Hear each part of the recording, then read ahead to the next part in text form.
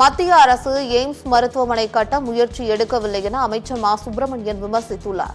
சேலம் அம்மாபேட்டையில் 43 கோடி ரூபாய் மதிப்பில் கட்டப்பட்ட அரசு மருத்துவமனையை தமிழக முதலமைச்சர் தருமபுரியில் இருந்து காணொலி மூலம் திறந்து வைத்தார். அம்மாபேட்டையில் நடந்த இந்த விழாவில் சுகாதாரத்துறை அமைச்சர் மா சுப்பிரமணியன் கலந்து கொண்டார். பின்னர் செய்தியாளர்களை சந்தித்த அவர் மத்திய அரசு எய்ம்ஸ் மருத்துவமனை கட்ட முயற்சி எடுக்கவில்லை என்று ஸ்டேஜ் பை ஸ்டேஜாக அறிவித்திருந்தார். ஜப்பான் கூட்டுறவு நிதியம் நிதி ஒதுக்கியிருக்கும் என்றும் கூறியுள்ளார்.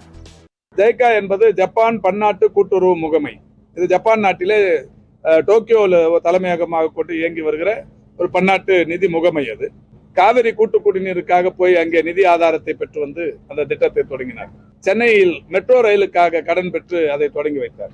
இப்போ அவங்க ஜைகால ஒரு சிஸ்டம் என்னன்னா ஸ்டேஜ் பை ஸ்டேஜ். இப்போ இந்த ஒரு வேலை ஆரம்பிக்கிறோம்னு சொன்னா நில எடுப்பு முடிஞ்சிச்சான்னு பார்ப்பாங்க.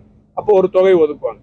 நில எடுப்பு முடிஞ்சிட்டு காங்கிரீட் இதை பள்ளம் தோண்ட ஆரம்பிச்சாங்களா, முடிச்சுட்டாங்களா, எக்யூப்மெண்ட் வாங்க போறாங்களா, இந்த மாதிரி ஸ்டேஜ் பை ஸ்டேஜ் நிதி ஒதுக்குவாங்க. ஒன்றிய அரசு எய்ம்ஸ் மருத்துவமனைக்கும் அப்படிதான், அங்கதான் கடன் வாங்குறாங்க. கடன் வாங்குறவங்க அதை ஸ்டேஜ் பை ஸ்டேஜ் ப்ரூவ் பண்ணாங்கன்னா இந்நேரம் கடன் ஃபுல்லா வந்திருக்கும், கட்டியும் முடிச்சிருக்கலாம். ஸ்டேஜ் பை ஸ்டேஜ் கட்டவும் இல்லை, அதை ப்ரூவ் பண்ணவும் இல்லை. அதுக்கான முயற்சிகள் ஒன்றிய அரசு எடுக்கல. அதனால்தான் இது வரைக்கும் அது நடக்கல.